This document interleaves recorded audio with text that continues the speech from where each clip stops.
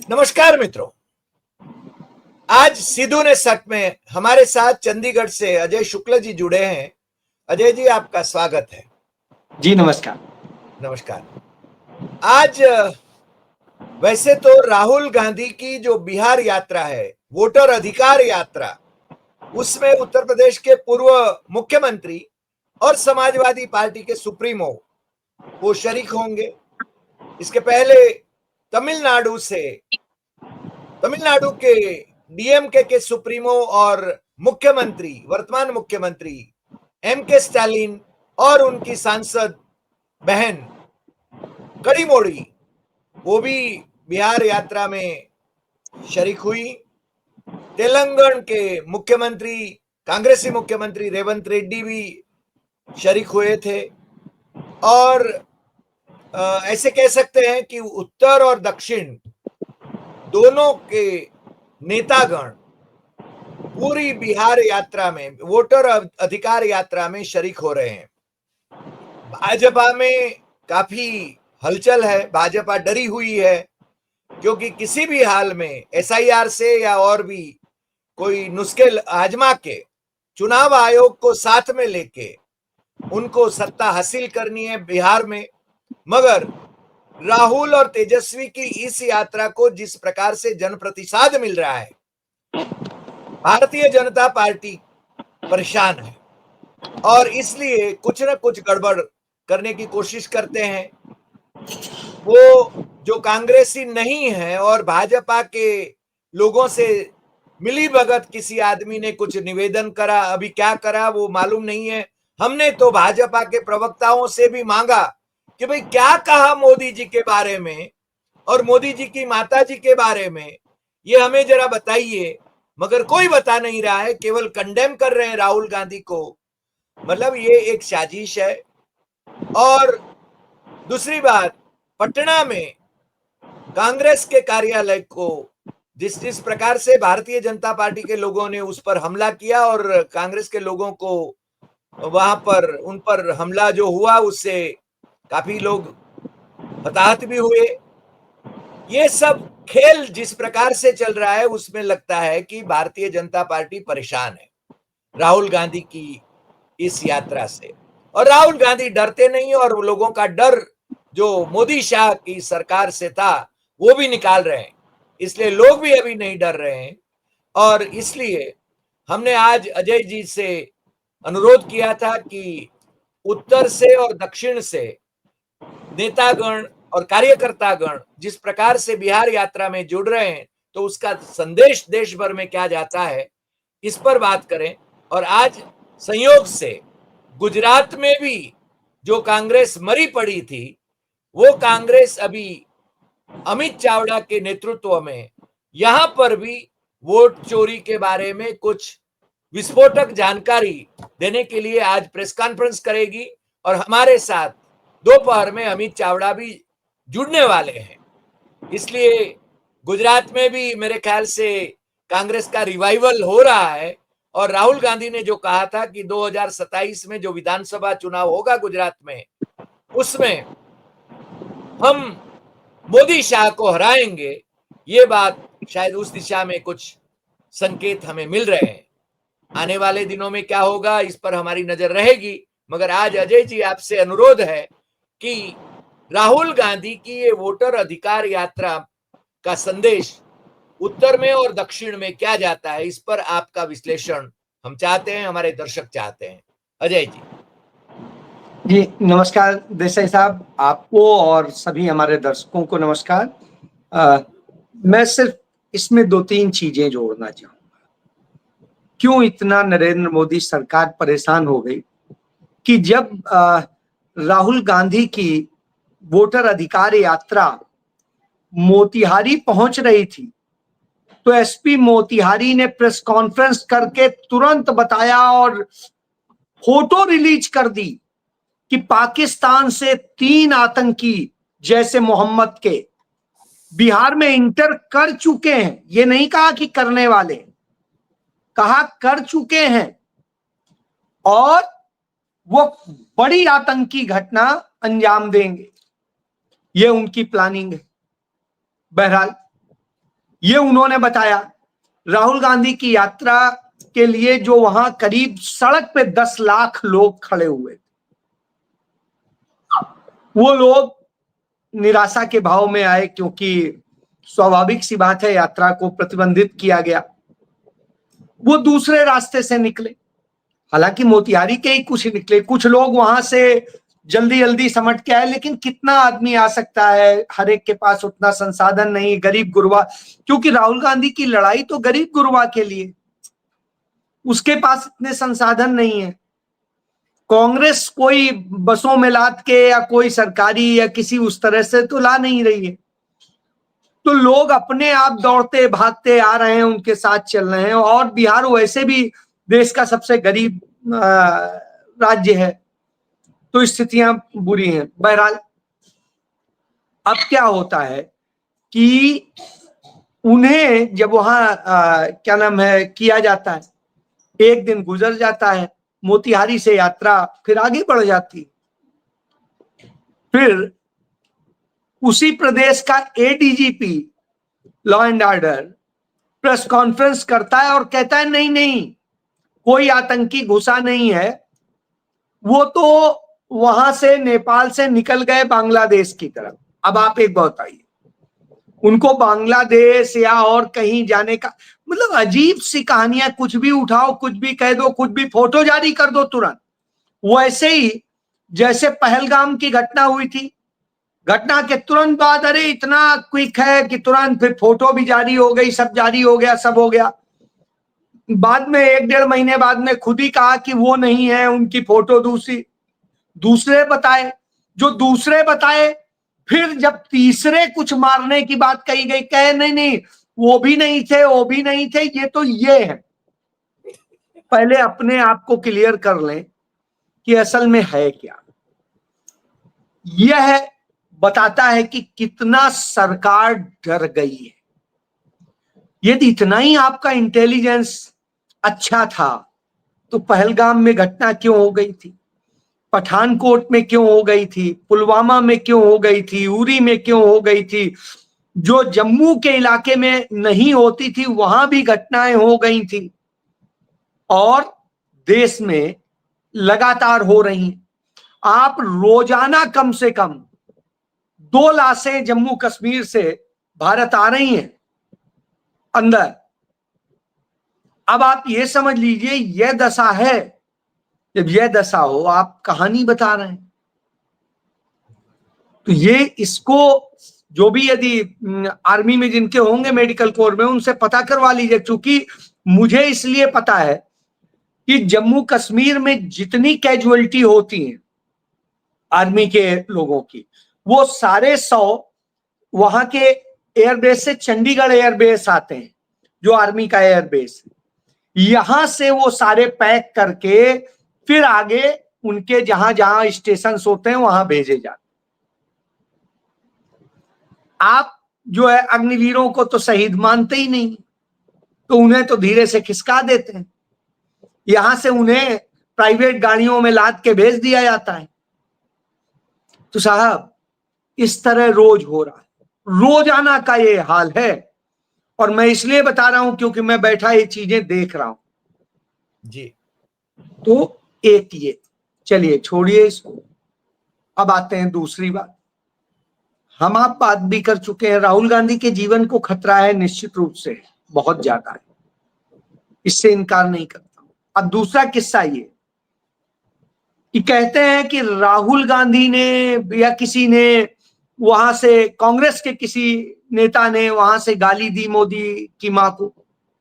भाई एक नेता का वीडियो दिखा दीजिए कि नेता ने गाली दी हो उनकी मां को, एक भी राहुल गांधी का दिखा दीजिए, प्रियंका गांधी के, गांधी परिवार का तो दिखा ही नहीं सकते। अब मगर रही बात, मोदी ने उनके परिवार को दी गालियां दी, वो दिखा सकते हैं हम। मैं वही कह रहा हूं, मोदी ने क्या क्या गालियां दी वो तो एक है, देश का वास्तव में सर्वोच्च पद है। राष्ट्रपति उपराष्ट्रपति को यदि किनारे करें तो आप सोचिए, वास्तविक लोकतंत्र का सबसे सर्वोच्च पद है प्रधानमंत्री का। और वो प्रधानमंत्री साहब इस तरह की हरकतें करता है, इतने गंदे बोल बोलता है। वो जो बोल बोलता है उसे किस गरिमा में, किस नैतिकता में, किस उसमें स्वीकारेंगे आप? चलिए, लोग कहते हैं, कहा करते थे बचपन से, आपने भी सुना होगा, हम भी, कि पार्लियामेंट्री लैंग्वेज यूज कीजिए, वो संसदीय भाषा का इस्तेमाल कीजिए। साहब, अब तो उसी संसद के भीतर राहुल गांधी को मां की गाली दी गई और नरेंद्र मोदी सरकार के मंत्री रहे, कैबिनेट मंत्री रहे अनुराग ठाकुर ने दी। आपसे या हमसे कोई पूछे जिसकी जात का पता नहीं, यानी मैं किसी हराम से पैदा हूं कि मेरी जात का पता नहीं होगा? हमारे धर्म में, हमारे समाज में एक आइडेंटिटी होती है, चाहे जो कोई बड़ी और छोटी जाति नहीं होती, लेकिन उसकी आइडेंटिटी होती है। ये शब्द सदन के अंदर बोला था, जाति नहीं पूछी थी, जाति नहीं पूछी थी। अनुराग ठाकुर ने कहा था जिसकी जात का पता नहीं वो जात जनगणना की बात करता है। अब आप सोचिए, आप क्या कह रहे हैं? जिसकी मां को, आपके गुजरात से ही आने वाला वो व्यक्ति, मैं उस निकम्मे आदमी का नाम नहीं लूंगा, वो राहुल गांधी की मां को क्या बोला था, बार बाला से लेके जाने क्या क्या। इसी तरीके वो श्रीमती गांधी जिस परिवार से थी, वहां का एक संपन्न परिवार है, वो तो शादी करने को नहीं तैयार थी राजीव गांधी से, जब वो जान गई थी कि वहां के प्रधानमंत्री के बेटे अवॉइड कर रही थी। और ये बात उनकी जो पूरी स्टोरी है राजीव जी की, उसमें पता चलेगा। वो इतने बड़े घर की थी, वहां पर कोई अरे गहरे घर की नहीं थी, पहली बात। और वहां का यूरोपियन, जो आपके यहाँ के तो बहुत सारे लोग विदेश में रहते हैं, उन्हें पता है कि हर कोई पढ़ने के दौरान जब बालिग हो जाता है तो वो कहीं ना कहीं एक पार्ट टाइम काम भी करता है। वहां का नियम है, वहां तरीका है, तो उसमें तो वो बारबाला थोड़ी ना थी। अरे स्मृति ईरानी ने झाड़ू पोछा लगाया ना, स्मृति ईरानी। स्मृति ईरानी ने क्या किया सर, उससे तुलना नहीं करूंगा। नहीं, वो खुद बोली थी, वो अपने इंटरव्यू में नहीं, कहा मैं है। ये कह रहा हूं, मैं उससे तुलना नहीं करूंगा, क्योंकि वो तो बहुत कुछ करी। छोड़िए, आप उसकी बात नहीं करता। मैं बात करूंगा वहां की, वहां पर एक डिग्निटी मेंटेन होती है। यहां पे तो कहां कहां इस्तेमाल हो जाता है पता नहीं आपको चलेगा। मैं बड़ी ईमानदारी से बता दूं, झाड़ू पोछा वाली बातें तो कहने की हैं, वो क्या करती थी मुझे पता है, छोड़िए, इसलिए उस पर ज्यादा डिस्कस उचित नहीं होगा मुझे लगता है, क्योंकि हम कम से कम इतने गिरे हुए नहीं है जितने नरेंद्र मोदी या उनके लोग। तो दूसरी चीज ये है कि हमने देखा है इनकी सांसद जो है कंगना रनौत को किस स्थिति में देखा है, मैं अब उसका जिक्र नहीं करूंगा। अब मेरे एक मित्र थे, डीएसपी थे जगवीर सिंह, क्राइम ब्रांच के, उन्होंने पकड़ा था कि किस उसमें नशे की स्थिति में, और फिर क्या क्या था और क्या सारी बातें। तो इसलिए बहुत सारी चीजें हैं लोगों की, कहां खोलने कुंडली बैठे, हमारे पास इतना फालतू टाइम नहीं है।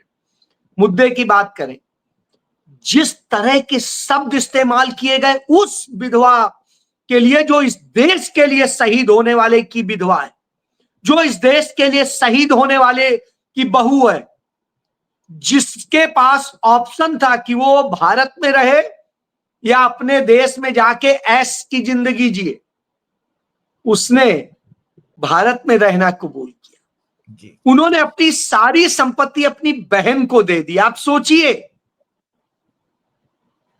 यह बड़ापन होता है, यही बड़ापन गांधी नेहरू परिवार को बनाता है कि जिस मोतीलाल नेहरू का जिक्र करके लोग कहते हैं कि जब वो कैम्ब्रिज में पढ़ा करते थे तो हर गेट पे गाड़ी उनकी खड़ी रहती थी उन्हें रिसीव करने के लिए, जिधर से वो निकले, जिस गेट से निकले उधर बैठे, उस गाड़ी में बैठे और चले जाएं, बाकी गाड़ी खाली जाती थी।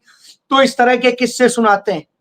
लेकिन एक सत्य है, वो किससे कितने सही है नहीं जानता हूं, लेकिन यह जरूर सत्य है कि उस समय का जो आयकर का मतलब इनकम टैक्स का जो विवरण दाखिल किया जाता था, वार्षिकी एटीआर जिसे कहते हैं, वो यदि देखिएगा तो भारत के अंदर सबसे ज्यादा इनकम टैक्स देने वाले वकील थे वो।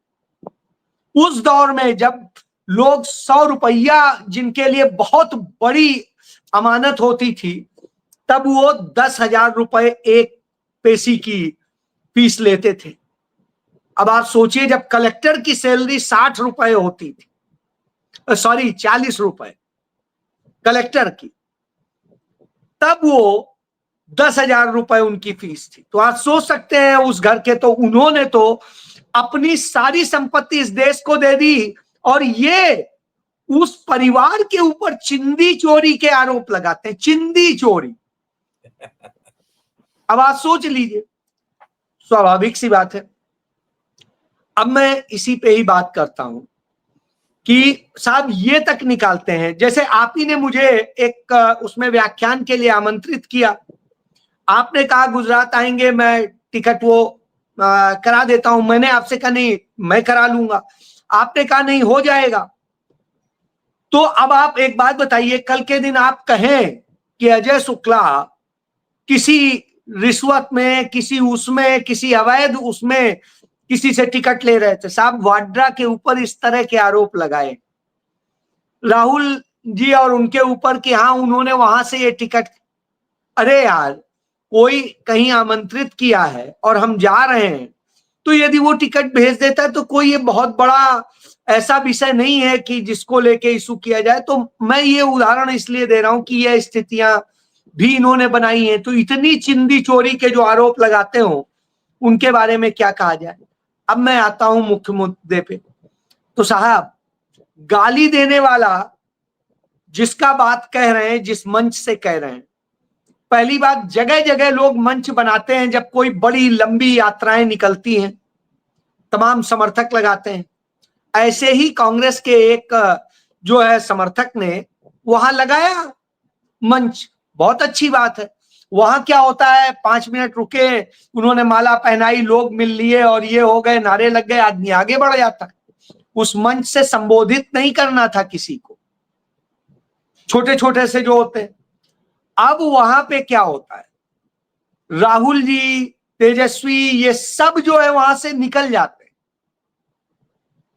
उनके जाने के बाद में अपना नारे लग रहे होते हैं। उसी नारे के बीच में कोई एक शख्स आता है और वो नरेंद्र मोदी के लिए अपशब्द बोलता है। निश्चित रूप से उसको मैं भी कंडेम करता हूं, हमने कंडेम किया है। यस, मैं यही कह रहा हूं कि गंदे शब्द हमारे संस्कार नहीं है। मां मेरी हो या मां किसी की भी हो, मां मां होती है। और हम तो उस देश में रहते हैं जिस देश में पंडित जवाहरलाल नेहरू ने गुरदासपुर की धरती पर खड़े होकर 1929 में भारत माता संबोधित किया था और डिफाइन किया था 1929 में कि भारत माता कौन है। और उन्होंने उस दिन वो भारत माता शब्द दिया जो आगे चल के आज भाजपा से लेके सब यूज करते हैं। वो भारत माता पंडित नेहरू का दिया हुआ, डिफाइन किया हुआ शब्द जी। तो सोचिए, जब हम मां यूज करते हैं तो उस मां के लिए तो हम नहीं कुछ कह सकते, कोई भी संस्कारी व्यक्ति नहीं कहेगा, मुझे लगता है। चलिए छोड़ दीजिए। जब कहा गया, उस वीडियो को ध्यान से सुनिए, तो वहां जो भी कोई सीनियर सा है या जो भी कोई है, उसको एकदम से डांटता है और डपट के कहता है भागो। ध्यान से उस वीडियो को सुनिए। और वहां के जो आयोजक थे जो कांग्रेस के, उन्होंने सारे सीसीटीवी फुटेज, वीडियो, सब कुछ पुलिस को प्रोवाइड कर दिए, जिसकी बदौलत वह रिजवी नाम का लड़का पकड़ा गया। अब रिजवी में आ जाइए। रिजवी शिया मुसलमान होते हैं। शिया मुसलमान बीजेपी के समर्थक होते हैं। आप चले जाइए और ये डाल लीजिए, पहले सुन लीजिए, बहुत गंभीर है। बीजेपी के समर्थक होते हैं। वो शख्स ना तो कांग्रेस का सदस्य था, ना ही कांग्रेस से उसका कहीं कोई लेना देना, न पदाधिकारी न कुछ। आप कांग्रेस को गाली क्यों दे रहे हैं? कांग्रेस ने तो खुद कहा कि गिरफ्तार करिए, जेल में डालिए, कुछ भी करिए। उसका क्या बीजेपी से कनेक्शन है, किस तरह से, मैं इस पे बात नहीं करूं। ये बीजेपी का टूल किट है, ये तरीके उसने हर जगह अपनाए हैं। इसका एक उदाहरण देता हूं। जब सीए एनआरसी को लेकर प्रोटेस्ट चल रहा था, उस दौर में सहारनपुर में एक प्रोटेस्ट चल रहा था। अचानक कुछ काले कपड़े पहने हुए कुछ मुस्लिम से युवक आते हैं, वहीं पे आपत्तिजनक नारे लगाते हैं और थोड़ी देर बाद वो तो गायब हो जाते हैं, वहां दंगा फसाद शुरू हो जाता है। पुलिस लाठी चार्ज कर देती है, लोग मारे जाते हैं, वो लड़के गायब हो जाते हैं। आरोप पूरी कम्युनिटी पे लग जाता है। सही बात। मैं यही कह रहा हूं, इसी तरह का खेल क्यों नहीं है?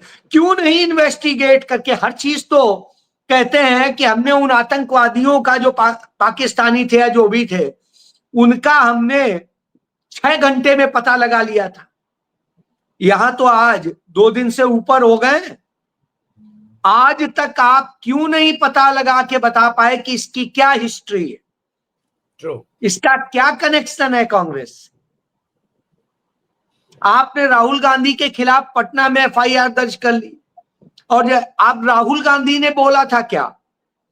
राहुल गांधी ने तो कुछ बोला नहीं। राहुल गांधी ने हिंदी तर्जुमा किया, अनुवाद किया जो ट्रंप ने बोला था, और वो उन्होंने उसी भाषा में जो उसका अनुवाद हिंदी में होता है वही बोला, एक शब्द इधर उधर नहीं बोला।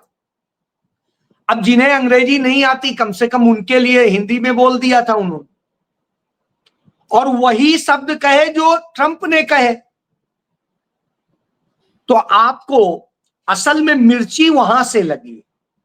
जब वो मिर्ची लगी तो ये ड्रामा किया गया, ये ड्रामा प्रायोजित है। आप देखिए, जब वो ये कहते हैं तो कई बार राहुल गांधी मोदी जी संबोधित करते हैं जी, कई बार मोदी भी करते हैं। स्वाभाविक सी बात है, मैं भी जैसे फ्रीक्वेंटली बोलता हूं, मैं कभी सामान्य तौर पे जी शब्द का इस्तेमाल नहीं करता हूं, क्योंकि हमारे यहां जब खबरें लिखने का होता था तो कहीं जी या श्री लगाने का वो नहीं होता था। तो हमारे यहाँ तो प्रधानमंत्री हो चाहे कोई हो, किसी के लिए नहीं लगाया जाता है। पत्रकारिता में हमें तो यही सिखाया गया था, सीधी बात कि हमारे लिए सभी एक जैसे हैं, चाहे एक गरीब से गरीब व्यक्ति हो उसका भी उसी भाषा में इस्तेमाल होगा, प्रधानमंत्री होगा तो वो होगा, किसी के लिए माननीय, श्री या कोई वो आदरणीय नहीं होगा, तो हम वो इस्तेमाल करते। अब आती है बात, इतने सबके बाद में ये सारी साजिशें रची क्यों जा रही हैं? अब मुद्दा है, मुद्दा ये है, राहुल गांधी ने जब यह शुरू किया था तो इन्होंने सोचा था कि अपने टूल किट उसी दिन सेम डे चुनाव आयोग की प्रेस कॉन्फ्रेंस करा के कि हमने तो खत्म कर दिया, मुद्दा ही खत्म कर दिया। लेकिन वो मुद्दा और बड़ा हो गया उस प्रेस कॉन्फ्रेंस, और उसका नतीजा ये हुआ कि उससे हाइप और मिल गई। ये जस्टिफाई हो गया कि राहुल जी जो कह रहे हैं सही कह रहे हैं, और चुनाव आयोग जो कह रहा है झूठ कह रहा है, क्योंकि चुनाव आयोग एक भी सवाल का जवाब नहीं दे पा रहा। यह खबर जैसे तो राहुल गांधी की यात्रा शुरू होते ही कुछ ही घंटे बाद में एकदम से लोग निकलने लगे। पहला दिन हल्का सा हल्का था, और उसके बाद तो ऐसी आंधी चली कि उसी मोतिहारी में 10 लाख लोग सड़क पे थे, 10 लाख लोग। कल्पना करिए, तो ये डर तो लगेगा ही। मोतिहारी जाने के पहले वो दरभंगा गए थे, यानी वीडियो कब आया? जब वो मोतिहारी में थे। आप सोचिए, ये सब साजिशें देखिए, या तो बनवाया गया होगा, ये बनवाने के लिए भी टैक्टिक होती है इनकी, क्योंकि तमाम सारे, बहरहाल वहां जो आयोजक था उसने इसके लिए माफी भी मांगी और इससे अपने आप को बिल्कुल अलग भी किया, और उसने खुद पुलिस को सहयोग करके सारी चीजें दी। तो यह सच समझने की जरूरत। बहरहाल अब मैं इसके आगे आता हूं। इसका असर क्या हुआ? दक्षिण में भारत का सबसे किनारे का कोना, वहां से निकल के एमके स्टालिन आ जाते हैं, राहुल गांधी के साथ चलते हैं। इतने सोचिए, वो मतलब सोनिया जी के उम्र के, और उसके बावजूद उन्होंने पूरे टाइम उस धूप में, उस गर्म में अपनी बहन कनिमोझी के साथ पूरा वक्त जो है उसमें लगाया, मतलब करीब करीब 12 घंटे। बाकी यात्रा में जो लगा होगा वक्त, वो लगा होगा। तो अब आप सोचिए, इतना सब उन्होंने लगाया। उसके बाद डीके शिव कुमार आए, डीके शिव कुमार लगे। कल सिद्धारमैया आए थे, सिद्धारमैया लगे। इधर भारत और पाकिस्तान और चीन की सीमा पर स्थित हिमाचल प्रदेश के मुख्यमंत्री आए, वो लगे। पंजाब के लीडर्स आए हैं, वो लगे हैं। जम्मू कश्मीर के लीडर्स आए हैं, वो लगे हुए हैं। और इसके बाद बंगाल से लेके सब जगह। और ये स्थिति हुई कि चाहे तेलंगाना के मुख्यमंत्री हो रेवंत रेड्डी, वो आए। इसी तरीके से जो सहयोगी दल है उनके लोग आ रहे हैं लगातार। आज जब हम आपसे बात कर रहे हैं, इस समय राहुल गांधी के साथ में अखिलेश यादव लगे हुए हैं, जो विपक्ष में कांग्रेस के बाद में सेकंड सबसे बड़ी पार्टी है। अब आप इन सबको देखिए, लेकिन साहब महात्मा गांधी ने जो कार्यालय बनाया था कांग्रेस का पटना में, सदाकत आश्रम, जहां पर कस्तूरबा गांधी के साथ में महात्मा गांधी गए थे, मोहम्मद अली जौहर गए थे, उस आश्रम में इन भाजपाइयों ने, जहां महात्मा गांधी का वह कक्ष है, जहां डॉक्टर राजेंद्र प्रसाद ने राष्ट्रपति पद से रिटायर होने के बाद में अपनी जिंदगी का वक्त गुजारा, उस महान जगह जहां से देश की आजादी की क्रांति 1921, 6 फरवरी 1921 को महात्मा गांधी ने जहां उपासना से शुरुआत की थी, और वहीं से शुरुआत जो की थी, वो जगह जाके तोड़फोड़ करते हैं।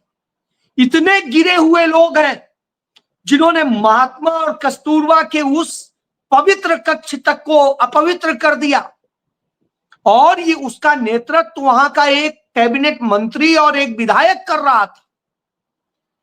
इतने जहां गिरे हुए लोग हों, आप कल्पना करिए क्या करना। उसके बाद में यही नहीं, पश्चिम बंगाल में कांग्रेस के कार्यालय पर हमला कर दिया गया।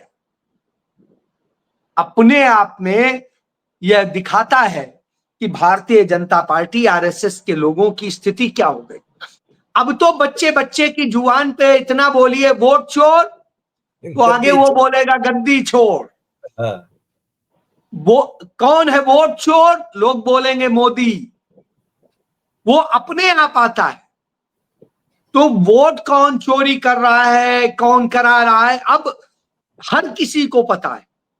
साहब, एक महिला आई, एक वीडियो मैंने देखा, महिला आई गांव की, कहीं वो थी, तो पूछा अजीत अंजुम ने उससे, कहां से, किससे मिलने आए? कहा जवाहरलाल को। वो कहा जवाहरलाल कहाँ है? जवाहरलाल नेहरू। तो उसने कहा जवाहरलाल की बिटिया इंदिरा गांधी, उनके पोते राहुल गांधी। यानी आप देखिए, वो आज भी व्यक्ति को याद है, और बिना पढ़ी लिखी गांव की महिला थी। आप कल्पना करिए उस परिवार के लिए क्या आदर है। मैं इसका एक उदाहरण देता हूं। कल जब नरेंद्र मोदी पहुंचे जापान, तो जापान में जो हिंदी और पंजाबी के बहुत बड़े विद्वान हैं, उनसे जब मिलते हैं, हिंदी में बोलते हैं, कहते हैं कि जिस देश का प्रधानमंत्री नेता पंडित जवाहरलाल नेहरू जैसे बड़े व्यक्तित्व का व्यक्ति रहा हो, तो मैं, बहुत बुजुर्ग हैं, तो कहें तो मैं हिंदी और पंजाबी क्यों ना वहां की भाषा सीखूं, यह मेरे मन में आया था, इसलिए मैंने यह भाषा सीखी। यानी आप सोचिए उसको लेके कितना ज्यादा सम्मान। और जब पंडित नेहरू, सोचिए 50 के दशक में, 50 के दशक में वहां जापान गए थे, तो जापान की जनता जमीन में बैठ के उनको सुनने आई थी। जापानीज जानते नहीं थे हिंदी, अंग्रेजी भी टूटी फूटी समझते थे, लेकिन उनको सुनने के लिए आए थे। उनके हाव भाव बातों से वो समझ रहे। उस मोहब्बत को महसूस कीजिए।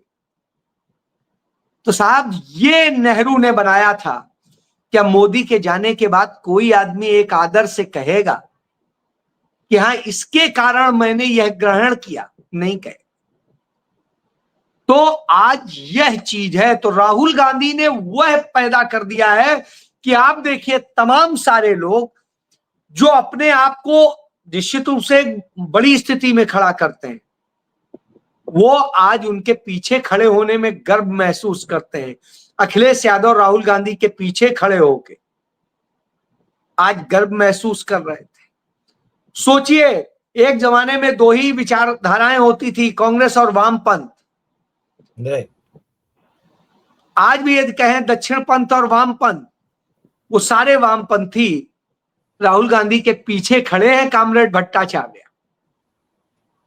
तो साहब आज कृष्ण के वंशज यदुवंशी, चाहे तेजस्वी यादव हो, चाहे उनकी बहन हो, और चाहे अखिलेश यादव, वो कृष्ण के वंशज राहुल गांधी के पीछे खड़े। यानी अब आप समझ लीजिए कि क्या स्थिति है। तो यह अंतर है। तो यह दबाव, यह प्रभाव, यह आवाज जो जगह जगह गूंज रही है, और जगह जगह अब लोग वोटर अधिकार यात्राओं को निकाल रहे हैं, जगह तमाम राज्यों में निकाल रहे हैं, उसका नतीजा ये हो रहा है कि भाजपा बौखला गई है, नरेंद्र मोदी पागल हो गया है, उनके लोग पागलपन की हरकतें कर रहे हैं। और यही वजह है कि वो इधर उधर सब जगह मुंह मारता घूम रहा है, लेकिन बात समझ में नहीं आ रही है। इधर तो आप क्या है, गुजरात में आके स्वदेशी स्वदेशी चिल्ला के जाएगा, और उधर सब कुछ विदेशी खुद भी यूज करेगा, और विदेशी प्रोडक्ट कैसे भारत में आए, चाइना अपना डंपिंग यार्ड बना दे भारत को, इस पे काम कर रहे हैं।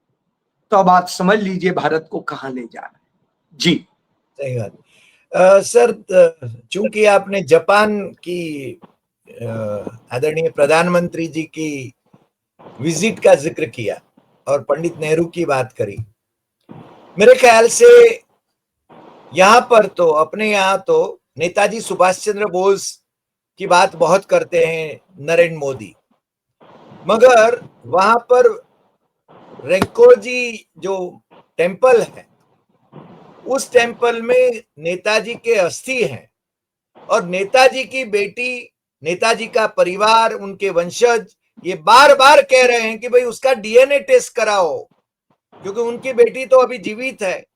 वो खुद कह रही है, मगर मोदी है कि कभी वहां जाते नहीं, दर्शन करने के लिए भी नहीं जाते। वो अस्थि कलश भारत लाना है, उसकी मांग हो रही है, मगर वो कभी नहीं गए। अटल जी भी गए थे वहां श्रद्धांजलि देने के लिए, नेहरू गए थे, इंदिरा जी गई थी, बाकी के प्रधानमंत्री गए थे, राजेंद्र प्रसाद जी गए थे, अपने पहले राष्ट्रपति, मगर ये जनाब तो कभी जाते नहीं। और नेताजी सुभाष चंद्र बोस के अस्थि कलश को भारत नहीं लाते हैं, ये भी एक सवाल हमें उठता है। दूसरी बात, मुझे दूसरा एक प्रश्न भी साथ में मैं जोड़ देता हूं। इलेक्शन कमीशन ने बिहार में 3 लाख लोगों को, 3 लाख वोटर्स को नोटिस दिया है। कहते हैं कि वो बांग्लादेश, नेपाल, म्यांमार और अफगानिस्तान के नागरिक हैं और वोटर्स लिस्ट में घुस गए हैं। अब ये अगला वोटर्स लिस्ट भी तो इन्होंने इलेक्शन कमीशन ने ही बनाया था, ये घुसे कैसे? उनको नोटिस दिया गया है, क्योंकि सुप्रीम कोर्ट में तो उन्होंने कोई विदेशी मिला है ऐसा कोई कहा नहीं अपने एफिडेविट में, मगर चूंकि नरेंद्र मोदी और अमित शाह ये नैरेटिव क्रिएट करना चाहते हैं, ये 3 लाख लोगों को उन्होंने ये नोटिस इश्यू किए, इसका मतलब क्या होता है? आपकी राय जानना चाहता हूं। दो चीज मैं कहूंगा। पहले तो मैं सुभाष चंद्र बोस के बारे में कहूँ। सुभाष चंद्र बोस ने अपने आखिरी दिनों में अपनी बेटी को जो एक चिट्ठी लिखी थी, उस चिट्ठी में उन्होंने लिखा था कि तुम्हें जब भी कोई वो लगे तो तुम, यदि मुझे कुछ हो जाए तो तुम पंडित जवाहरलाल नेहरू जी के पास जाना। और आपको बताएं, उनके निधन के बाद में जब पंडित नेहरू स्टेब्लिश हुए तो वो पंडित नेहरू के पास मिलने आई। पंडित नेहरू ने उन्हें बेटी की तरह से वो किया, और जीवन पर्यंत जब तक पंडित नेहरू रहे, उन्हें उस दौर में, सोचिए आप, बड़े बड़े लोगों की सैलरी नहीं होती थी 1,000 रुपए, तब 1,000 रुपए महीने उन्हें अपने पास से देते थे। सही बात, यह डॉक्यूमेंट्री सबूत है। एक चीज। Absolutely absolutely. दूसरी चीज आप देखिए, नेहरू जी ने सदैव वह सम्मान दिया, वह रखा, और नेताजी सुभाष चंद्र जी ने भी दिया। उन्होंने अपनी तमाम ब्रिगेड्स के नाम नेहरू के नाम से एक ब्रिगेड बनाई थी, गांधी एक का नाम गांधी से जी बने। के, जी है। तो आप ये सोचिए, जो ये इस तरह से नैरेटिव बनाने की कोशिश करते हैं और फ्रॉड करते हैं, क्योंकि इनके तो पुरखे गद्दारी का इतिहास है, इनके पुरखों का माफी वीर का इतिहास है, असली वीर तो वहां थे, तो ये करते थे। आप देखिए आखिरी समय में क्या कहा था सरदार वल्लभ भाई पटेल ने, कि कांग्रेस के अलावा किसी को वोट देने का मतलब है आप देश विरोधियों की मदद कर रहे हैं। ये शब्द उन्होंने कहे। अब मैं यहां पर आता हूं कि जब ये सारी चीजें, तो सम्मान कौन करता है नहीं करता है ये देखा है। ये ड्रामे करते हैं, वो सम्मान करते हैं। ये तो जिन्ना की मजार पे जाते हैं, ये सारी मजारों पे जाते हैं और दूसरे के लिए ऊट पटांग की बातें करते हैं। चलिए छोड़ दीजिए। अब मैं आता हूं कि जिस तरह से ये नैरेटिव बनाने की कोशिश करते हैं तमाम चीजों में, ये सिर्फ नैरेटिव बनाने की साजिश है, इसके अलावा कुछ नहीं। आपको कल नोटिस दे दिया जाए, हमें कल नोटिस दे दिया है कि नहीं आप बांग्लादेशी हैं, आप ये हैं, आप वो हैं। अरे भाई हम क्या हैं, इसका क्या आधार है, क्या सबूत है? क्या चुनाव आयोग के पास में वो मशीनरी है जो यह चेक कर सके कौन बांग्लादेशी है, कौन वो है, कौन वो है? ये तो स्टेट का काम है, गृह मंत्रालय का काम है। तो ये नोटिस यदि कोई दे सकता था तो गृह मंत्रालय देता, और गृह मंत्रालय देना नहीं, उसे जांच करनी चाहिए थी। मैं यही कह रहा हूं कि अजीब सी स्थिति बना रहे हैं ये, असल में वो नफरत पैदा करने और अपने झूठ को जस्टिफाई करने के लिए, लेकिन वो कुछ होने वाला हुआने वाला नहीं। अजय जी, ये जो नोटिस दिए हैं, मान लीजिए कि वो विदेशी है, मान लीजिए एक बार, तो वो हमारे देश में, मैं आपको बताऊं, हमारे देश में घुसे कैसे जब आप 11 साल से राज कर रहे हैं? सरहदें आपके पास, आपके अंडर में है। उस राज्य में 20 साल से इनकी सरकार है, नीतीश और यही मिलके सरकार चला रहे हैं।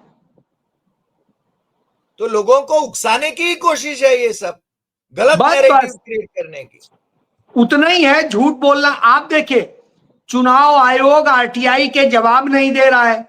एसआईआर का फैसला किसने लिया? या नरेंद्र मोदी ने फोन किया, आपने एसआईआर कह दिया।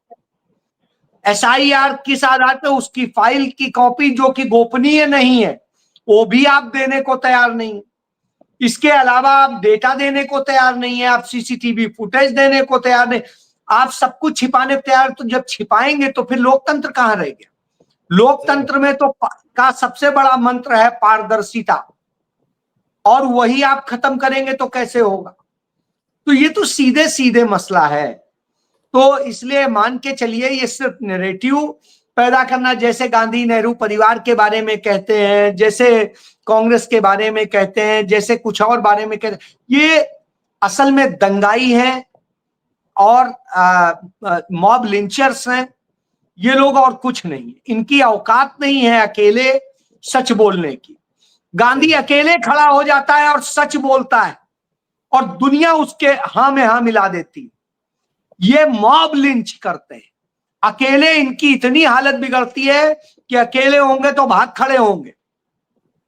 कायर हैं, और इतने कायर हैं, इसकी कायरता इस पंजाब ने दिखा दी थी जब फिरोजपुर ये गए, और फिरोजपुर में पुल के ऊपर जहां इधर उधर कहीं कुछ नहीं था, वहां गाड़ी रोक के गाड़ी से भी नहीं निकले कि हाथ निकल के हाथ हिला देते। उन्हीं के समर्थक थे जो उस रैली में जा रहे थे, उनसे भी हाथ हिलाने की हिम्मत नहीं की। चारों तरफ से गाड़ी घिरी, पुलिस सारा ट्रैफिक रोके खड़ी रही। साथ ये स्थिति है इनकी। जो इतना कायर हो उससे क्या उम्मीद करेंगे? वो कायरता और मक्कारी ही प्रदर्शित करेगा, इसके सिवा कुछ नहीं कर सकता। यह नरेंद्र मोदी का कैरेक्टर। जी अजय जी, आज आप हमारे साथ जुड़े और क्वाइट ब्लंटली आपने तथ्यों को उजागर किया, उसके लिए हम आपके बहुत बहुत आभारी हैं। और दर्शकों को भी विनती है कि वो कमेंट बॉक्स में अपनी कमेंट जरूर दर्ज करें। नमस्कार।